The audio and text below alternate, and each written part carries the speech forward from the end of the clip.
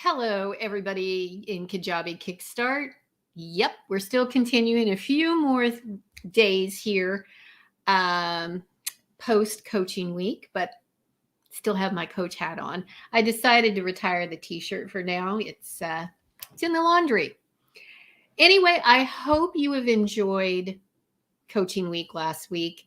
All of those recordings are still up until Friday at 5 p.m. So you can watch those and get caught up.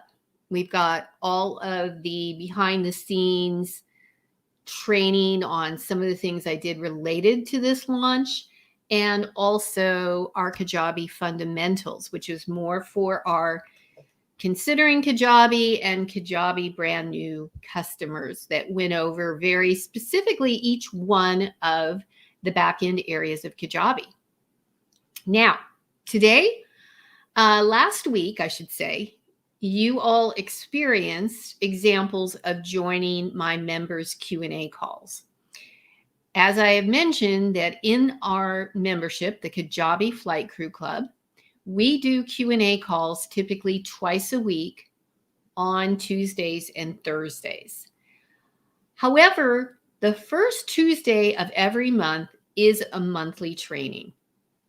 The monthly training is a training set on the theme of the month. So usually in our membership, there is a theme, an overarching theme for the month. I cover that in a monthly training on the first Tuesday. Then we have Q&A. Then the next Tuesday, we have co-working. So the idea is if you join the monthly training and there's something related to the monthly training that you want to implement, the following week, well, that Thursday, you have an opportunity to ask any questions. And the following Tuesday, you got 3 hours to implement it with my help. Then we also have more Q&As throughout the month and more training. So, for example, today's topic, which was the topic that I presented in the membership just at 9 o'clock this morning, there's some follow-up training videos that go along with it. So those will be made available throughout the month, so not to overwhelm people. So that is kind of the example or kind of an overview of some of the content. So I wanted to share with you, since I just did this morning for my membership, I thought, what the heck, I will do the same presentation in here with all of you. So again, you're experiencing exactly what goes on in the monthly membership, week after week after week. So I am going to go ahead and jump in, and my training, is generally done via PowerPoint. And I'm just checking to make sure you can see my slides. It looks like you can. And this is our monthly theme. Today was the training on the overview of what Apple's new privacy updates mean for us as online marketers. Throughout the month, I have follow-up training that is going to talk about the implementation of some of the things, the recommendations I have. And those trainings are going to be in our membership area for the members. So you may or may not be familiar with this. I think those of you that participate in many Facebook groups that revolve around digital marketing, you probably already know about this. But I'm going to give you some very specific actions that I'm recommending that everybody take based on where you are in using Kajabi and your plans for the future. So what this training covers specifically is what Apple's changes for their operating system, what the updates do mean for us as digital marketers, and what steps can we take to minimize the impact on our business, because one of the updates is going to have a significant impact on your business, and we're going to have to rethink how we measure our effectiveness and success in this one area. Quick explanation, because I know many of you would put yourselves in the category of not being techie, and I'm really going to try and make sure this is not going to get into a huge technical overview. But the simple explanation is Apple has an operating system, which is the basis of all of their devices and how those devices work. That doesn't mean that doesn't mean I shouldn't do this twice in a row. This means Mac computers, MacBooks, MacBook Airs, iPhones, iPads all use an operating system from Apple that's referred to as iOS. So that's just like if Windows users, the operating systems are updated frequently. It adds features, adds security, resolves any potential bugs in the operating systems. And for the most part, what I understand, because full disclosure, I have an iPad, but that's the only Apple device I own. I am a PC person. It's said that Apple users tend to update their operating system in their devices more frequently or quicker after the updates are available because more users have automated updates already enabled, which means Apple just updates your operating system automatically. That's just what is said, and I have heard this from multiple Apple experts that is the case. So, for example, this is my only Apple device, my iPad. And my iPad is currently running, you can see up here, it is running iPad OS 14.8. Now, iOS 14 was released September 13th, I believe is the date that I have. And that was 14.0. And between September 13th and today, October 5th, I'm already at 14.8. So that means there have been multiple releases on this. And you can see it says right there, this update provides important security updates and is recommended for all users. Now, you see down here below, I have an option to upgrade to iOS 15. And iOS 15, I believe, was released last week. So just from the standpoint of understanding a little bit, when you jump from 14 to 15, it usually indicates a significant update, where an update from 14.7 to 14.8 is not necessarily as significant. It's probably a smaller number of changes. But 14 to 15 is considered a pretty extensive upgrade. And we're going to go over what each of these upgrades mean for us as Kajabi users. And mind you, I should have said this from the very beginning, you are affected regardless of whether you are on Apple yourself or you're using Windows. So, or Android. If you're a complete mobile user, this is going to impact you regardless. So let's talk about 14 first. It was released on September 13th. And the goal of this was intended to provide more control for users, meaning users of Apple products, around privacy and data collection from apps that they happen to use. What does this mean?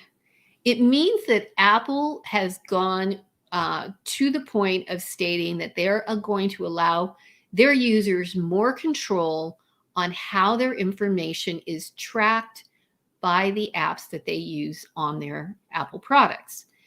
So that allowed Apple users to say, I do not want my activity and actions tracked by apps like Facebook and Instagram or any other app that is, most of you know that when you install an app, almost always it asks you, do you want to allow this app to know your location, for example? And you can either agree or you could block.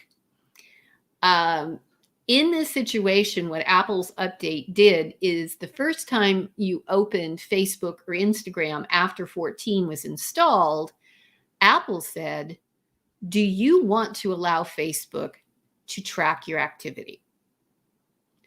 I'm paraphrasing. I'm not sure what the exact words were. Now, there are a lot of people that do not want their activity tracked. And this is kind of a personal choice, a personal decision. What tracking means, and I use this analogy this morning because it's so true. If I go to the Pottery Barn website and I look at duvet covers for my down comforter, when I go back to Facebook, what do I see? In my newsfeed, there's an ad from Pottery Barn for duvet covers. How did that happen? Well, Pottery Barn is advertising and saying, I want to target my ads to anybody that visited my website. And that data gets transferred from my browser to Facebook. And Facebook tells Pottery Barn, we're going to show your ad to Deanna, literally not my name, but you get the drift. We're going to show the ad to this person because they were just on your website looking at duvet covers. Some people hate that, find it annoying. Some people like it because it means they are shown information about products and services they're interested in. And I'm not going to go into a whole big thing about Facebook ads, but this is what Facebook ads based on. This is the bread and butter of how we can effectively get our messages out in front of the audience that we want to reach. Facebook allows us to create custom audiences. And the purpose of this is retargeting. So we can create custom audiences based on anybody that visits our website, anyone that's on our email list that we upload to Facebook. Literally what Facebook does, scans your email list, identifies email addresses that are Facebook users, and says, okay, if you want to run retargeting ads to people on your email list, you can do that now. One of my favorite ways of creating custom audiences is based on anybody watching my videos on Facebook. I have audiences built up that Facebook will track anybody that has watched any amount of one of my videos. So this is super important for us, that those of us that are doing ads and want to reach a very targeted audience, because otherwise we could be putting ads out to people that have zero interest in our business. The focus of these examples is considered a warm audience, meaning these people already know who I am. They've been to my website. They're on my email list. They watch my videos. These are more warm, likely to buy prospects than simply targeting anybody on the internet who likes yoga, for example. You categorize your audiences as warm or cold. So this means one of the more powerful tools that we had, which is targeting and retargeting our warm audiences, is really kind of impacted, because it means that people that are on Apple, using an Apple iPhone or iPad or MacBook, opt out of tracking by Facebook. If they visit my website or they're on my email list or they watch my video on Facebook, they're not going to be part of my audience any longer. And as time goes on, because my custom audiences are set for a certain amount of time, within the last 3 months, 6 months, year, that means that custom audience is going to become less and less accurate and reliable for reaching people that I would have been able to reach previously. And that also means that Facebook ad tracking is also not 100% accurate. I misspoke here. I put reliable. I really meant accurate.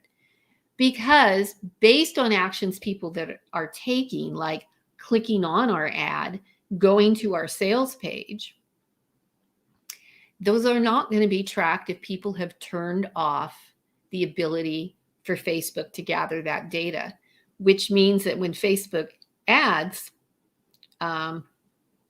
in the ad manager, your reports on your conversions and click-through rates, they're not going to necessarily be accurate. So, and I repeated myself and I misused the word again. So it also means that it's now recommended, and this is a Facebook recommendation, you use a maximum of 8 conversion events to optimize for. I'm going to talk a little bit about that. That starts to get in the weeds too, but I just wanted to kind of give you a little overview. So what you need to do to address this. So first of all, this update really impacts you if you're going to run Facebook ads in the future. There's some of you that are not. Some of you may say, I'm going all in on YouTube ads. I'm going all in on this. And I should have said Facebook and Instagram because clearly it affects both.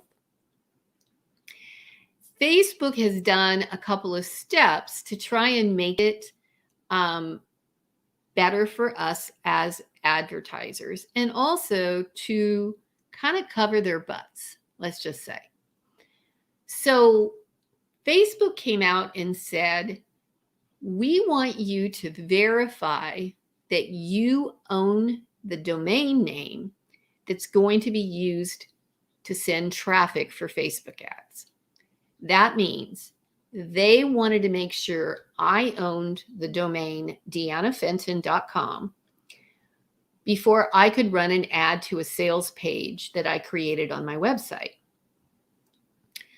Now, those of you using Kajabi and are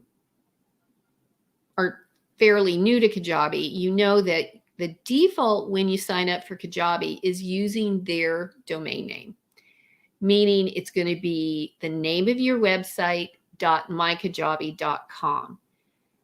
That you cannot verify with Facebook because you don't own mykajabi.com. Let me just quickly also say this is not limited to Kajabi only. If you were using like Thrivecart, for example, and your Thrivecart URL was deannafenton.thrivecart.com, you also could not optimize or could not use that to run your ads to the cart directly. So you have to verify the domain, and to verify it, you have to own the domain. So those of you, if you know in the future, you are going to want to run Facebook ads, you should get a domain name for your business or you can use a subdomain. So a domain would be mydomain.com. If you're using that for another website like a Squarespace or WordPress site, for Kajabi, you could use programs.mydomain.com. That's what's called a subdomain. And you could call it whatever you want. Programs, courses, membership, members. Members is nice. Members.mydomain.com. A subdomain. You can verify that on Facebook. Then, here we go in the weeds. You set up aggregated event management on Facebook. Believe me, this is a whole video that the members are going to have in the portal because I want this to be clear. It's prioritizing what are the conversions you want to optimize for. That could be a lead generation. Most people would put that as the biggest priority. It's kind of the funnel and the levels of where people are in the customer journey with you. They go from a lead to a customer. So your events that you set up will typically go in that order, from first finding you and being a lead, ultimately to converting to be a customer. So those have to be set up. Then there is this magic thingy called the access token.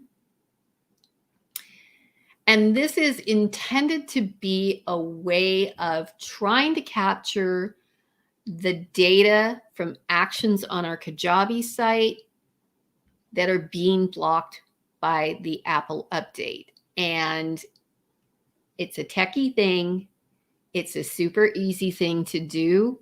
So Kajabi has set up a way that you can add this to your Kajabi site. And the idea is it at least tracks the action from Kajabi to Facebook. I mean, that Facebook can grab the information from Kajabi without really identifying the individual, because their privacy information has been blocked and is not transmitted. So access token, easy to set up, easy to add to Kajabi, and it just is one of the additional steps. Okay, I am popping over here real quick. I don't see any questions, so that's cool. We will jump back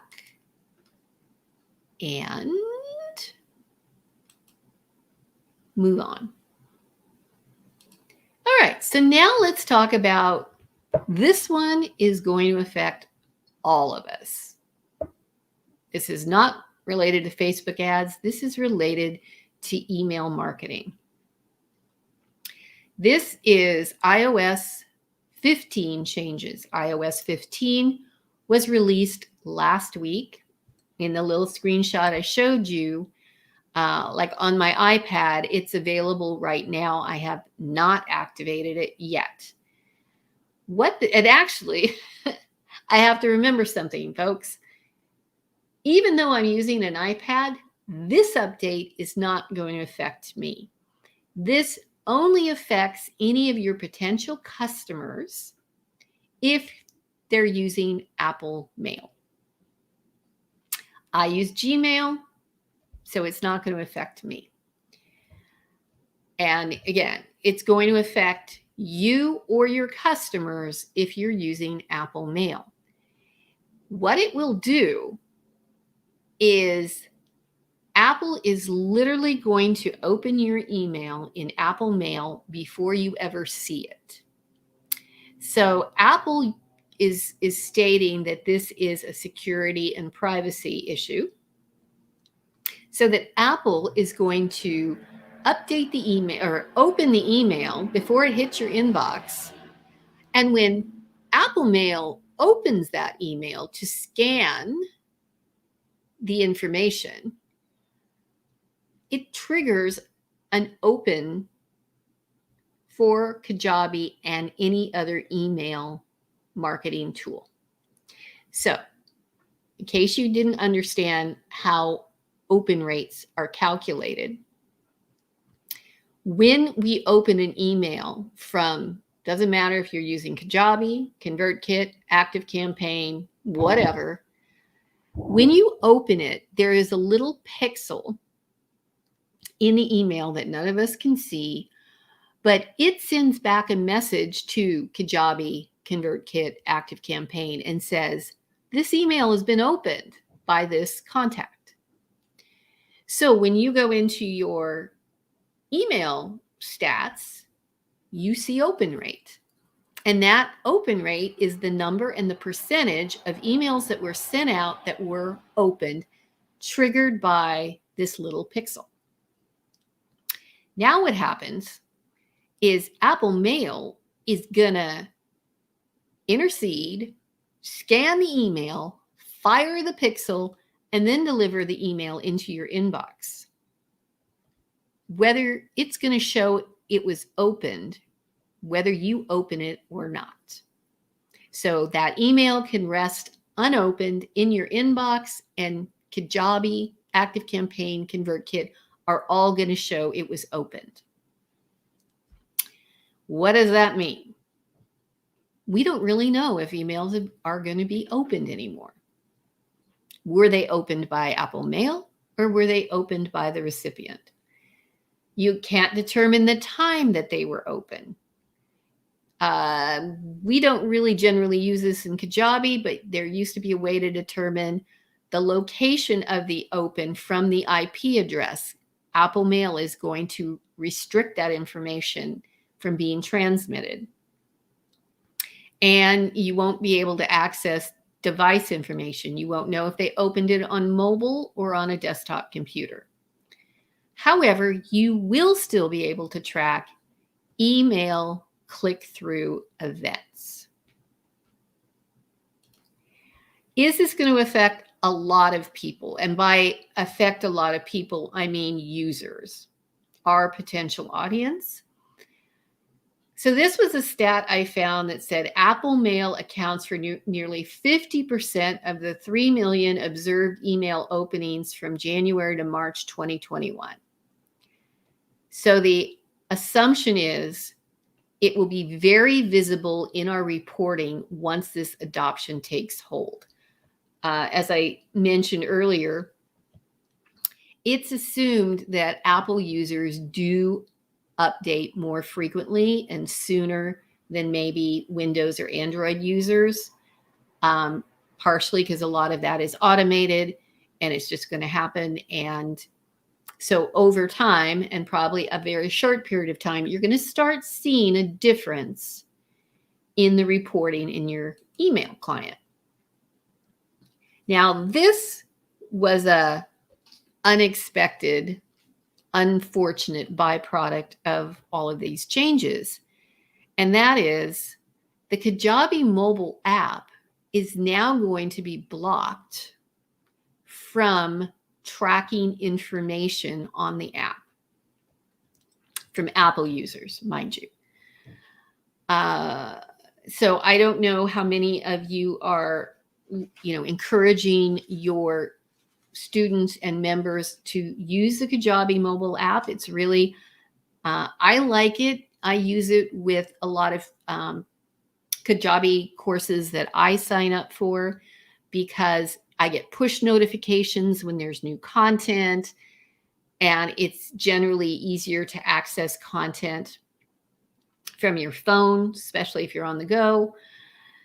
And this was unfortunate, for about a 2-week period, Apple forced Kajabi to remove their app from the Apple Store because they wanted Kajabi to make these changes to eliminate the tracking capabilities of the app. Kajabi did make the approved changes, or the required changes, got approval from Apple, and it is now available again on the Apple Store. But interactive features like community, post comments, and assessments are no longer available on the iOS mobile app, because that is content that is potentially tracked. So if you're using the community product, if you encourage your students to post comments under lessons, if you have assessments, they're no longer available on the Kajabi app. Customers can still use the app to consume uploaded videos and audios. And the way around this is to encourage your customers to use the web browser, so Chrome or Firefox to access your Kajabi product, because then they can access the full suite of products. It's just kind of, again, depending on how your preference is for consuming the content. I know on an iPad, the web browser works great. I have no problem. I haven't done it on a phone. So actually I have, now that I think about it. Outside of the app, I've actually accessed it. It doesn't bother me. It might bother some people. And again, this is only your customers that were using the mobile app on an Apple device. So Android and browsers are not affected. Should you be concerned about this? Hell yeah. Just saying. If you do any email marketing, and you should, especially after yesterday, this update's going to affect you. And as smart marketers, we need to be scrappy and respond. What this means, I already said it, whether it's Kajabi, ConvertKit, ActiveCampaign, etc., we'll no longer be able to provide accurate report on open rate only. We need to change our focus from focusing on how many people opened my email to how many people clicked on a link in my email. Meaning that they found something in our email important enough, and then they were engaged enough to click through to a lead magnet, a freebie, a video, your blog post, a sales page, whatever. We have to get them to click. One way to do that is focus on segmenting your email list so that you can continue to provide more tailored email content specific to your subscribers' interests. And that's really focused on, pardon me, working on creating a series of emails where you ask your subscribers to click on a link to be able to ultimately tag them based on their interest. Now, this morning, one of my members said, oh my God, does that mean then I have to send out 3 different emails every week with tailored content? No, not necessarily. But my recommendation would be is at least once a month or maybe twice a month, you want to send a specific email to a segment that's really focused on their level. So it could be as simple as, hey, you indicated you're just getting started with XYZ. I wanted to point out I had 3 blog posts in the last month that specifically addressed being, starting out with X. And then you give them links to those blog posts. So once again, you're not requiring them to go to your blog and skim through to try and find information that's at their level. You're delivering it directly to them. Curated content specific to their interests. So providing links in emails and things that are more than click here to go to the sales page or click here to go to XYZ. Maybe it's even somebody else's content that's related. That still counts for you as a click-through. Another thing, and this is not necessarily related to calculating click-throughs, but telling people to hit reply and tell me what you think about X. How about hit reply and tell me, what did you do on Monday when Facebook was down? What that does, that ultimately benefits you because it's telling their email client, Gmail or Apple Mail, oh, this person knows this person because they hit reply to their email. Their emails must be okay. So that's just kind of a little strategy thing. So what should you do now with this information? Focus on clicks and not opens. Utilize segmenting tactics to encourage subscribers to click through your emails. It's going to be a mindset shift because I mean, a lot of people go, oh, they're so proud of themselves. They have a 40% open rate, blah, blah, blah. It doesn't, going forward, that's not going to be an accurate gauge of engagement of our email lists. We want to focus on what can we get them to do after they open the email. First, you got to get them to open it legitimately. That's subject lines and your reputation, honestly. If we're sending out content that's not valuable week after week, they're not going to open it no matter what the subject line is. And ultimately, they're probably going to unsubscribe.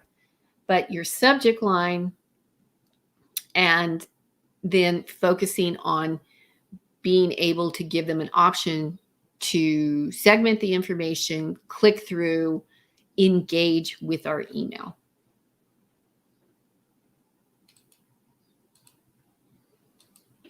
Okay.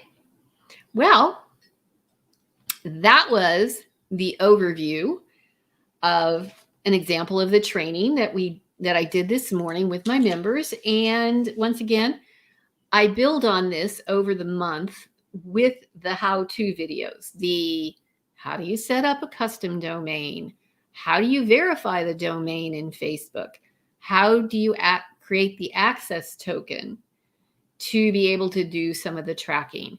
How do you do segmenting in Kajabi in an email so that I can tag my subscribers by their interests so I'm able to send an email just to those people based on their interests? Those are scattered throughout the month. So I just wanted to remind you all to, if you would like to get this kind of information every single month, in addition to Q&A calls and monthly co-working. Q&A calls are exactly what they sound like. We get on Zoom, we do screen sharing, we answer questions, get people unstuck. Then we also have, like I have a mouse in my pocket. I also have our co-working. And co-working is twice a month, scheduled, focused work time. But it's work time with support, meaning you can dedicate your time to creating your own segmenting emails. But in the process, if you get confused about, now, how do I set up the tagging? We go in a Zoom breakout room. I get you unstuck. You go back into the general room and keep working.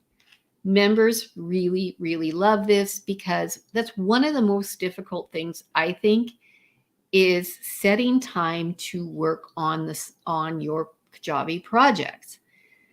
If you know you have 2 options a month, using 1 hour to 3 hours, it's completely up to you how long you stay, but you put it on your calendar and you show up, and you know, if you have a question or something's not working or you just get stuck, you've got support there to help get you unstuck. So that is co-working, and you just experienced the beauty of the monthly training and the monthly themes. So because all of you, well, let me back up. So I would love you to join the membership. That's the URL down there, deannafenton.com. Join us. I just realized I forgot the / / How about that? All righty then. That better? Yeah. Anyway, that's the page. You can get further information. And I have, again, special for all of you who've participated in Coaching Week. If you want to join for the monthly subscription option, there is a $20 per month ongoing discount with the discount code COACH. So those of you that are subscribing and you want to join on the monthly basis, you get $20 off. If you want to join for the annual, and there are special bonuses for those of you that join at the annual rate, where you get some additional strategy and coaching one-on-one calls with me, use the code COACHYEAR. And very quickly, I am going to jump over here and show you a bit about the sales page. I want to let you know, if you look in the lower right-hand corner, there is me. Some of you have taken advantage of this so far. You click on this little, oops, I just made myself disappear. Well, that's not good. But you could just tap on it. There we go. And it pops up. If you have any question at all, you can ask me. You can send me a video, you can record an audio message, or type it out. And I'll respond back and answer your question. So any question at all related to the membership, you can just use Video Ask, click on it, and ask me a question.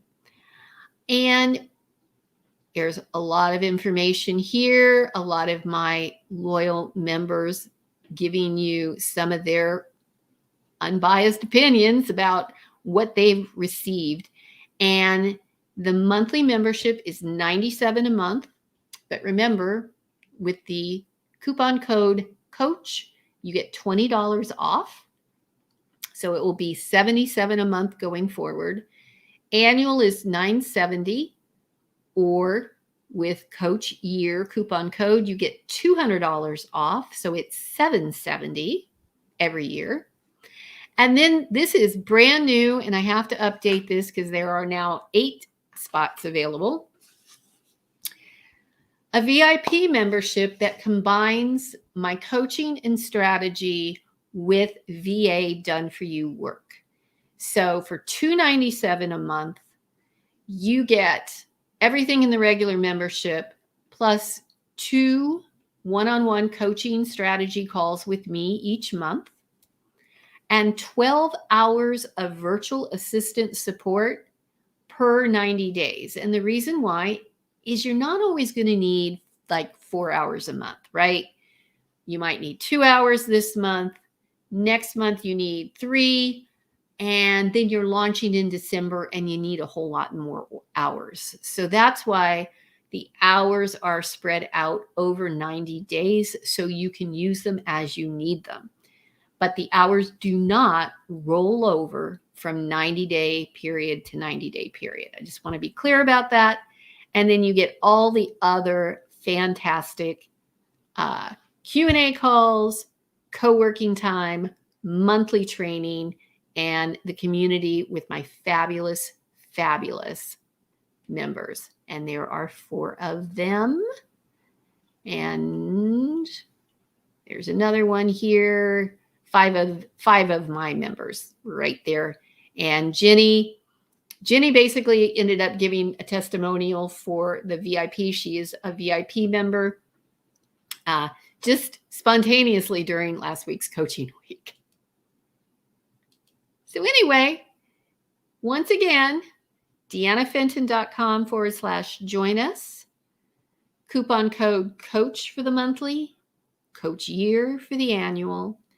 And if you have any questions at all related to those Apple updates that I talked about, like I said, be concerned. If you plan on running Facebook ads, you got some work to do. And all of us using email marketing, we have some work to do to reestablish a new strategy and new key indicators on our success based on click-through rate and no longer using opens. I hope this was helpful.